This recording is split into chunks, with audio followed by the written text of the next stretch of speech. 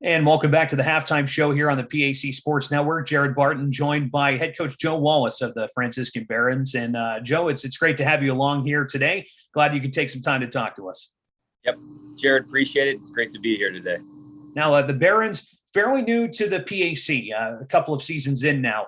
How would you have rated the changeover from the AMCC? Is this something that the school in general has taken pretty well, or has it been a challenge so far moving into a new conference?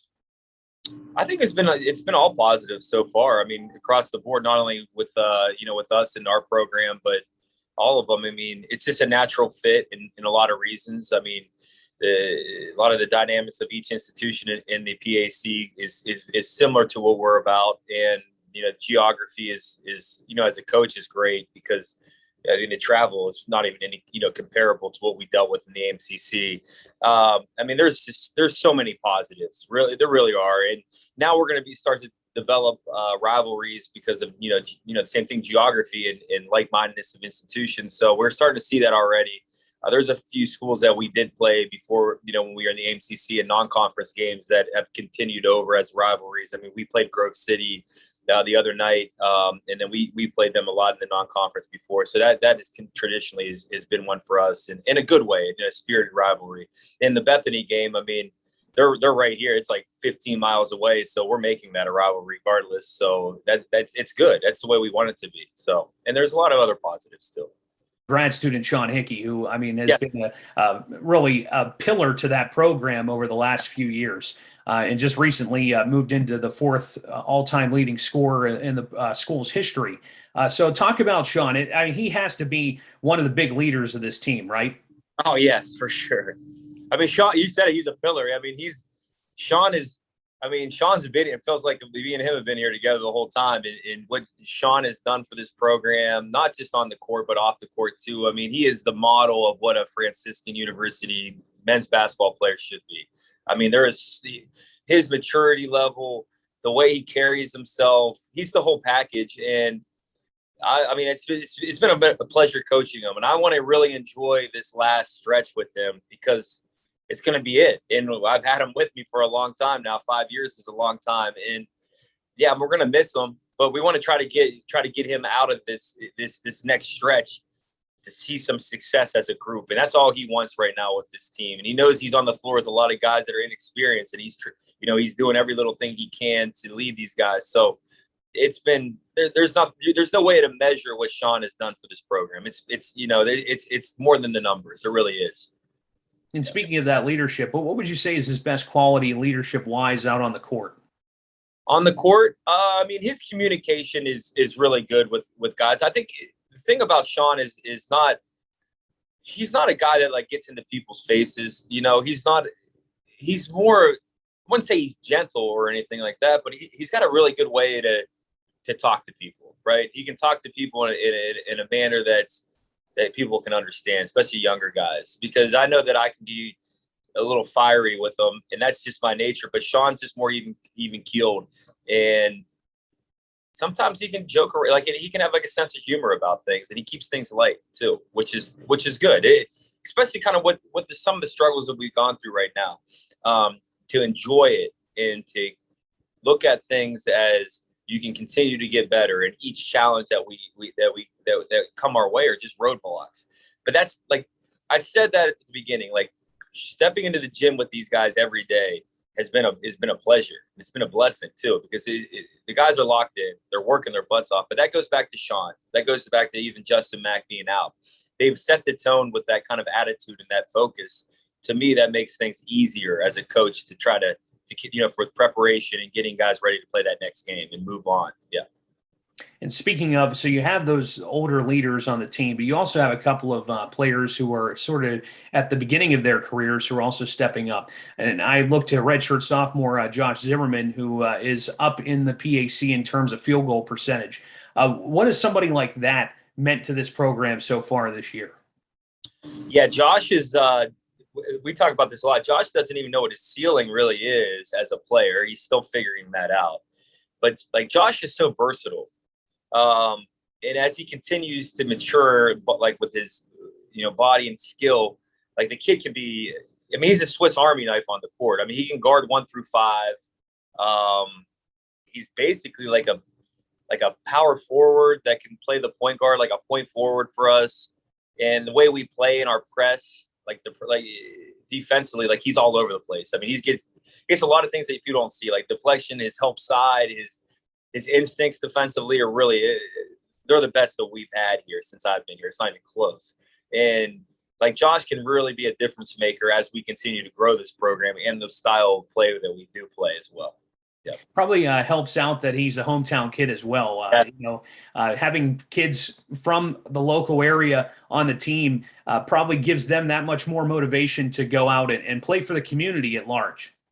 Yes. Yeah. Josh is such a well-respected kid in this community. I mean, he was one of the, he's probably been at Steubenville High School, Big Red High School. He's probably been the best player that's come through there recently in the last, I don't know how many years. And they were ultra successful senior year. I mean, so Josh people know who he is, and he's continued that here. And it's huge for us. It really is to have a kid that just in our hometown, right down the street from us, that's, all in with what we're about here at Franciscan. It's really special.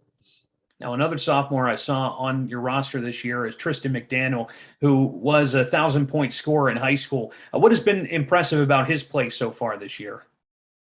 Yeah, Tristan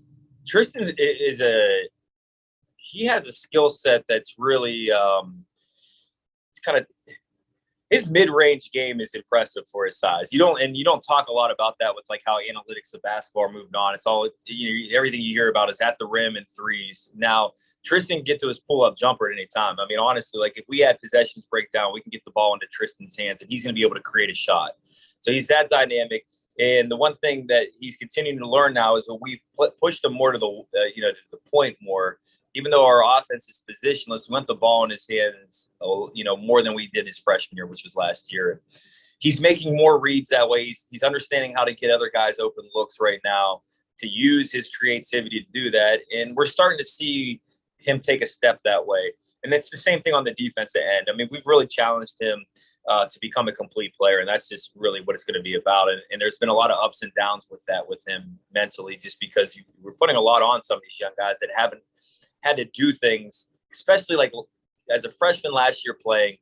I mean, we played, I think, 6 of our games last year out of the 9 we played like in 15 days last year. So they haven't gone through like this marathon. So kind of going through it for the first time now, you can see like the ups and downs of like the preparation. Now you're back in school now, and just the way things are, like you just have to like mature better, and players are able to stay even keeled through it all. And we're seeing Tristan have those ups and down moments, inconsistency at times, but we know what he's capable of. We have ourselves we have a high level guard in our program in Tristan McDaniel that's going to be putting up big numbers as his career moves on. And love that kid though, man. He is a fun kid to be around. He's got a really good sense of humor. He's extremely comfortable around me, which is good and bad at times, but it's really good though. We have a really good relationship, and I enjoy Tristan so much, coaching him. And I think I think we really do have something special in him right now. And speaking on the offensive side, as we continue with the sophomores, Nicholas Alianello, who is right now 5th in the conference in offensive rebounds per game. How much is he a factor down low for the Barons, especially on the offensive side? The thing about Nick is that I'm on him all the time about being like, a tough, more physical presence. Because the other thing about Nick is on the offensive side, he's a 3-point shooter, and he's way more than that. And that's the thing that we've really been prying him about, is he can do a lot more than he's shown right now. And he's going through those ups and downs, as the same thing I talked about with Tristan, a little bit of the inconsistencies. Now, Nick, though, plays with a lot of energy and emotion, which I love personally. And I coach that way, so we kind of can feed off each other. Nick's kind of production dropped a little bit recently, but I can see him starting to break out of this shell a little bit more, through that Grove City game the other night. Hopefully right now at halftime, he's hit a couple big threes for us and got a couple offensive rebounds. And he's another one that, because he plays the 5 and the 4 for us at 6'5", but he's more a perimeter player. And that's really what our offense is. That's our style. So his versatility is another thing that can be a matchup problem as he continues his development as a player, even so far right now. You put a big on him, he's definitely capable of knocking shots down for, at three at a consistent level and can get hot. And the same thing, he can drive closeouts and stuff like that. So Nick's another guy that we really have we feel really, really good about his future and right now.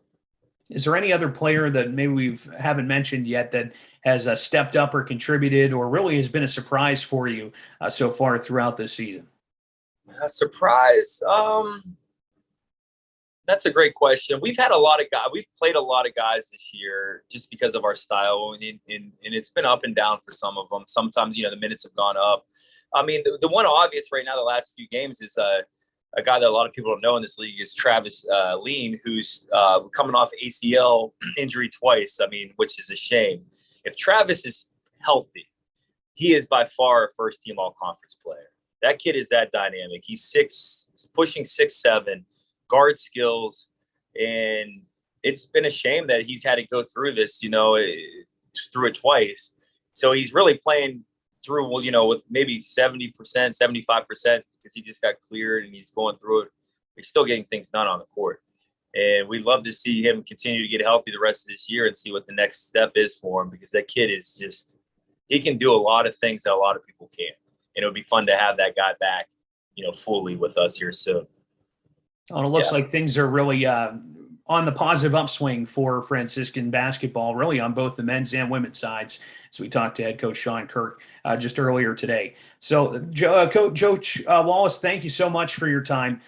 We appreciate you coming on with us, and good luck for the rest of the season. Thank you very much. Yep. Thank you, Jared. And halftime is almost over. We'll be back out to the game for the second half of action coming up next here on the PAC Sports Network.